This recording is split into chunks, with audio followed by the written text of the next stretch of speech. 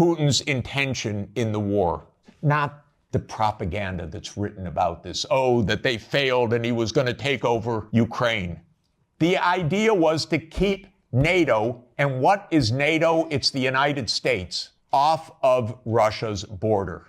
No more, no less. When the Soviet Union ended in 1991, and an agreement was made that NATO will not move 1 inch eastward. Now, what happened after 1991, the United States decided there would be no end to eastward enlargement of NATO. And the decision was taken formally in 1994. When President Clinton signed off on NATO enlargement to the east, all the way to Ukraine and into Georgia. So the NATO enlargement, as you know, started in 1999 with Hungary, Poland, and the Czech Republic. And Russia was extremely unhappy about it. But these were countries still far from the border. So the next round of NATO enlargement came in 2004. With the 3 Baltic states, Romania, Bulgaria, Slovenia, and Slovakia. At this point, Russia was pretty damn upset.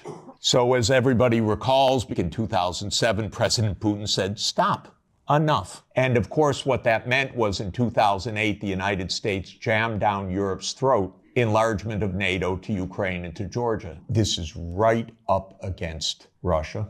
And Russia protested because if Russia decided to have a military base on the Rio Grande or the Canadian border, not only would the United States freak out, we'd have war within about 10 minutes. And a month later, a war broke out. That gets Georgia destroyed. And starting in 2010, the U.S. put in Aegis missile systems in Poland and then in Romania. And Russia doesn't like that. In 2010, Viktor Yanukovych was elected on the platform of neutrality. Russia had no territorial interests or designs in Ukraine at all. What Russia was negotiating was a 25-year lease for Sevastopol Naval Base. That's it. Not for Crimea, not for the Donbass, nothing. In 2014, the U.S. worked actively to overthrow Yanukovych. Everybody knows the phone call by my Columbia University colleague, Victoria Nuland, and the U.S. Ambassador Peter Piot. Listen to it. It's fascinating.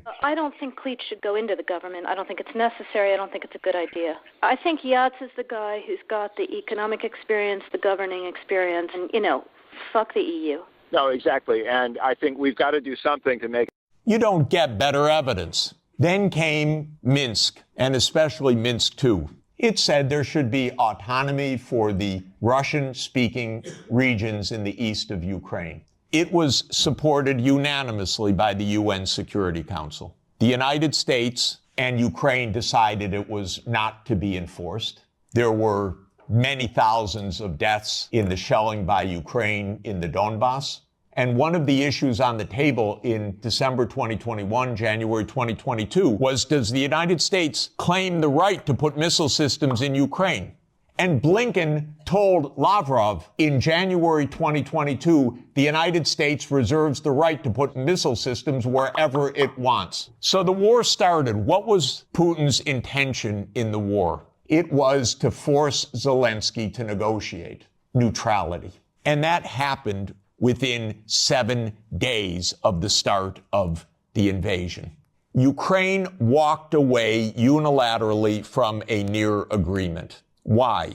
Because the United States told them to. The idea was that there would be Ukraine, Romania, Bulgaria, Turkey, and Georgia that would deprive Russia of any international status by blocking the Black Sea.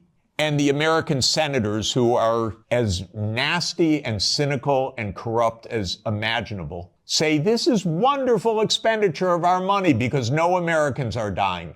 It's the pure proxy war. And since the U.S. talked the negotiators away from the table, about 1 million Ukrainians have died or been severely wounded.